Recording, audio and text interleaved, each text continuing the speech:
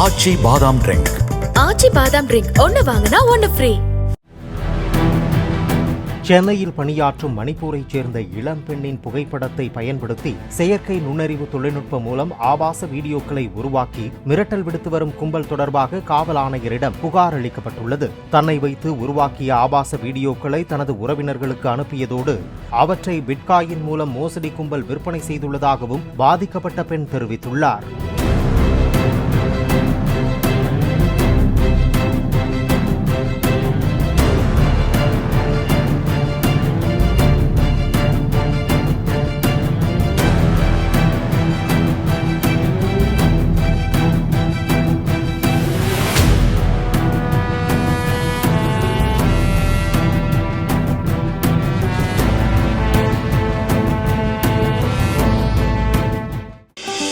ஆச்சி பாதாம் ட்ரிங்க்.